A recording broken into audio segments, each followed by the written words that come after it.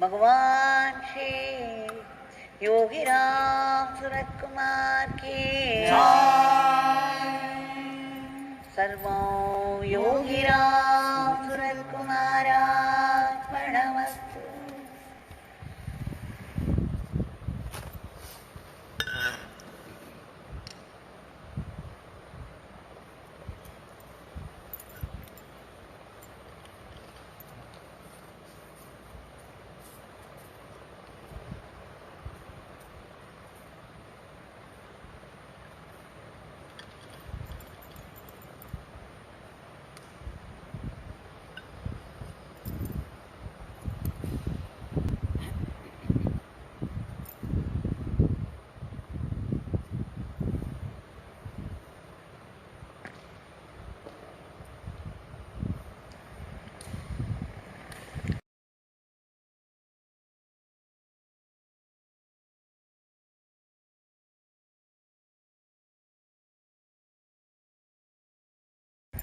We shall go through one or two incidents of Bhagwan's glory, one or two stories of his glory. We have been seeing glimpses from his own life, glimpses of him with some of his devotees, and then his teachings, now and then. Now we shall once again see how this grace expresses itself in different ways, in different circumstances, with different devotees, with different problems.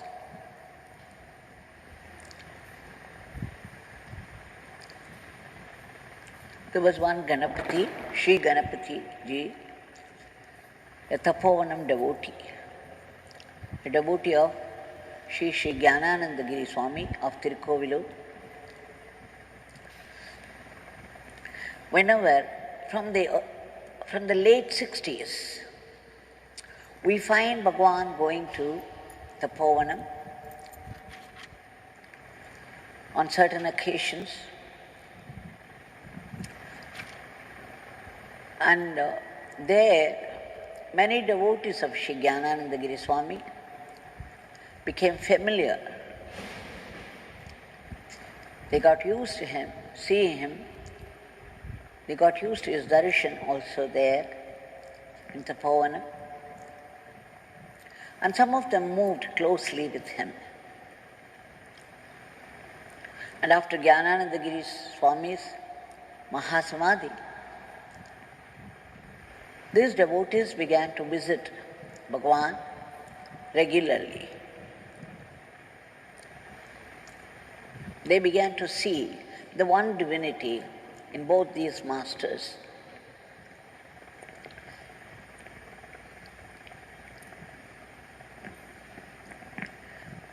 Sri Ganapathi was also attached to Bhagwan, as he was to Sri Gnanananda Giri Swami. And once in Tapovanam, he was bitten by a poisonous scorpion.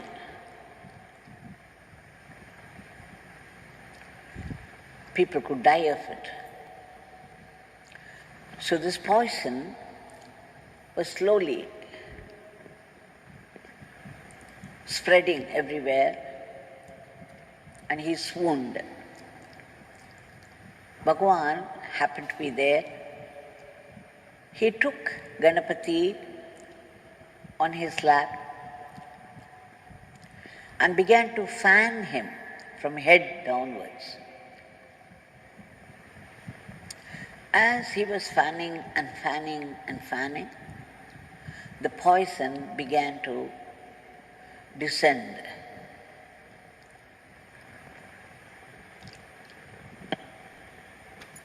And somehow, after some fanning, the poison completely was drained out. And he survived this attack. Another time, those days when Bhagwan was staying in Sannidhi Street House, we find in the records sometimes Bhagwan going out of the house, out of Tiruvannamalai for a day or two, for some important reason. Otherwise he wouldn't move. Right from the time he said Tiruvannamalai to Papa Ramdas, when he asked where he would go. It came spontaneously from the depths of his being, Tiruvannamalai. So Papa Ramdas said, that is your place. You do your work from there. And that's how it all started. Though of course it took 7 years for Bhagwan, 7 years of wandering all over India, from Kanyakumari to Himalayas. After he landed in Tiruvannamalai, on very few occasions he went out. This was one of the times he told Ganapathi ji, this beggar has to go out. So you be here in Sannidhi Street House as long as this beggar doesn't return, then you be here. You light a lamp. Every day you light a lamp and then recite Vishnu Sahasranamam. While doing this, you would hear the hissing sounds of snakes. He said it in plural. You would hear the sound of the hissing sound of some snakes. But don't be frightened. They would not harm you. They would not do anything to you. You just go ahead with your recital of Vishnu Sahasranamam. So every day, Ganapathi ji would light a lamp and then start reciting Vishnu Sahasranamam. He would be very frightened. He would be trembling also sometimes out of fear. And of course, true to what Bhagwan said, he heard the hissing noises of some snakes. What was more, he saw with his eyes snakes snaking away from the place.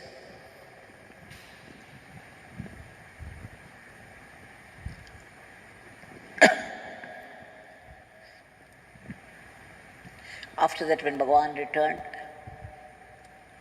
when Bhagwan inquired how it was going, Shri Ganapathi ji reported everything, that he did hear the hissing noise of the snakes and he also saw them moving away.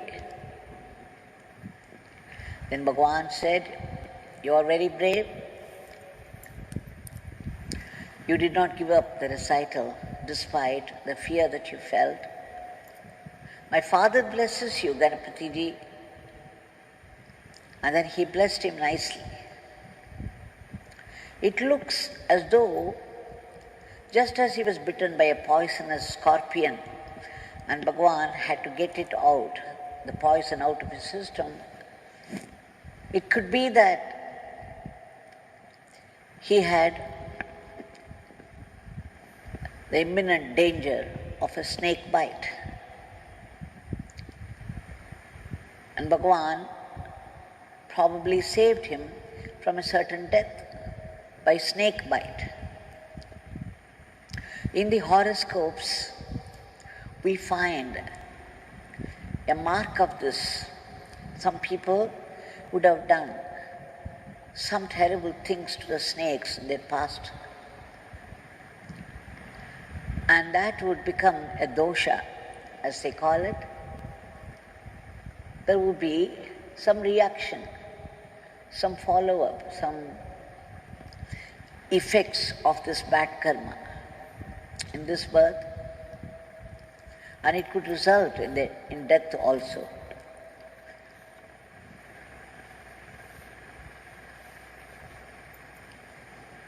Another time, another story. All this was narrated by his friend Bromai Jayaraman when he had come here to the ashram. In one of those functions of Aradhana or Jayanti, I don't remember, he spoke all this.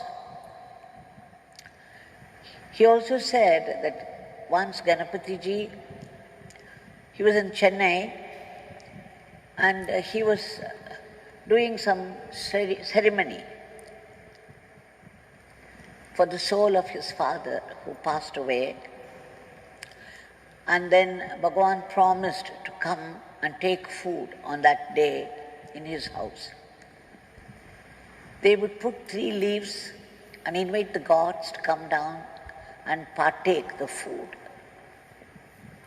One for the soul, and one for Lord Shiva, and one for Lord Vishnu. And Bhagwan was in Tiruvannamalai at that time, but Ganapathi ji said Bhagwan did come, and he did partake food on that particular day from the leaf of Mahavishnu. These stories give us glimpses, the various dimensions of Bhagwan's spiritual ministry. We do not know how Bhagwan blessed through all these actions this particular devotee. But surely, everything that Bhagwan did for any devotee is his boundless grace, a great blessing. I remember something like Bhagwan moving out for a day or two. Another time, when Chandramauli was there, connected with Shri Paramacharya, he used to come to Tiruvannamalai also, and he would go to Bhagwan, Yogi Ramsuratkumar. He visited him. Once Chandramauli was with Bhagwan. This story was given to us by Sri Appanayangar. Appanayangar knew Chandramauli. He heard it from Chandramauli, and then he narrated the story. He said Chandramauli was there with Bhagwan, and one day suddenly Bhagwan called out. He said, Chandramauli, get a taxi for this beggar. This beggar has to go to Kanchipuram. There was some necessity for his going to Kanchipuram. So Bhagwan suddenly declared, we will go to Kanchipuram. At that time, Sri Perumalappan was with him. There are 2 occasions. It would seem there were 2 occasions on which Bhagwan went to pay taxi for Darshan of Paramacharya. This was one of them. Perumalappan happened to be with the Swami at the time, and then Swami said, Perumalappan, this beggar wants you to be here in Sannidhi Street House. This beggar is going out. You please stay here. Look after this house until this beggar comes back. So Perumalappan stayed there for 2 days, or maybe one day. And when Bhagwan returned, Bhagwan had gone for the darshan of Paramacharya, And according to Appanayangar, Paramacharya gave, this time Paramacharya talked to him. They had a conversation, something very important about India, about the protection of this holy land. And then, when Bhagwan was going to leave, Paramacharya brought a silver Ganesha Murti, a silver Murti of Lord Ganesha. It is actually a small box. It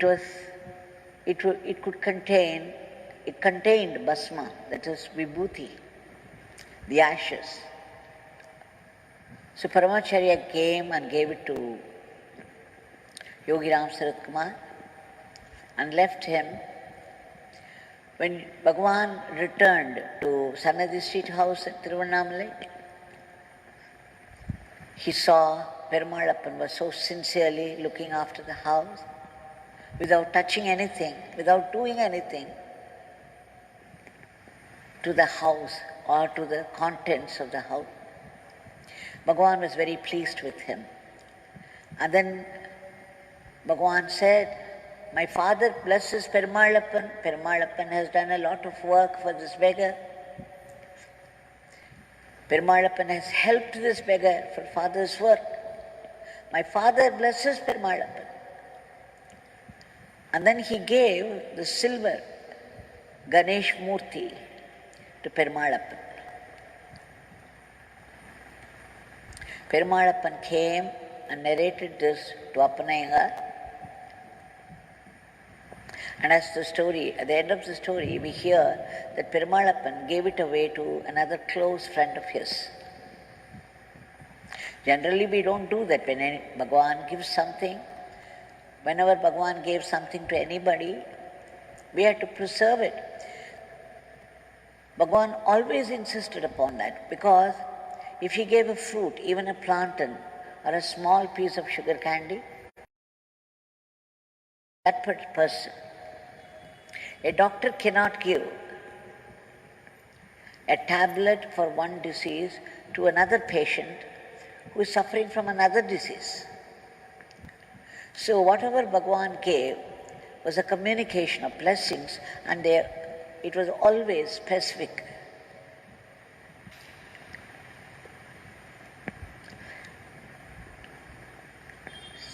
So we get these glimpses from these stories from the experiences of the devotees. Now this Bhagwan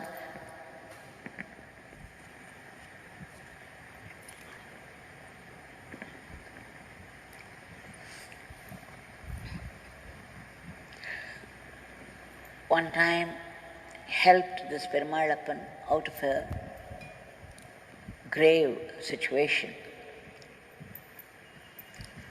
That is, at that time Perumalappan was suffering from a certain difficulty. His son somehow got involved in a case.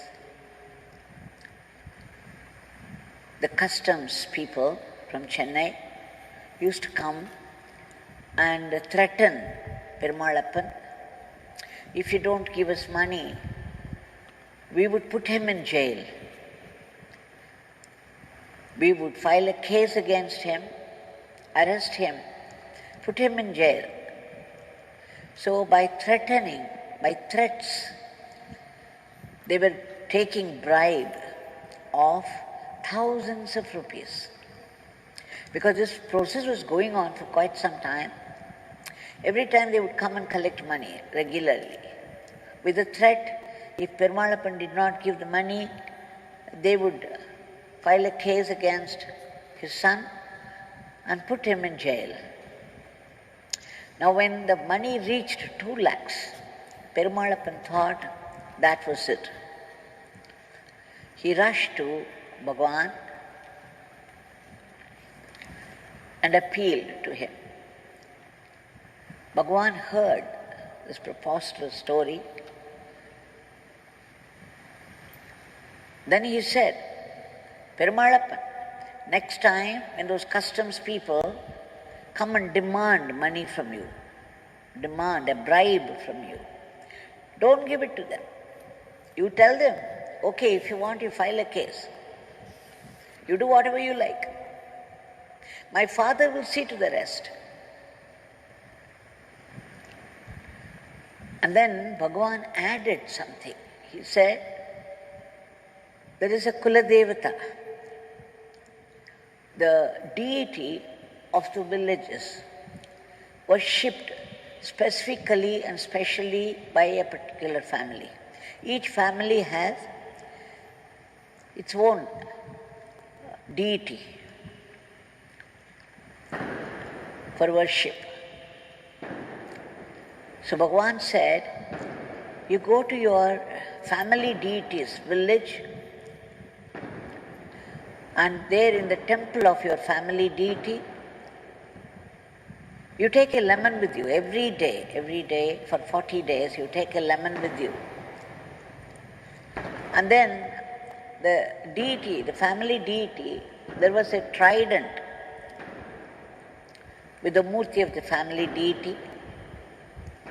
You have to put this lemon on this trident, on the tip, on the sharp tip of the trident, press it down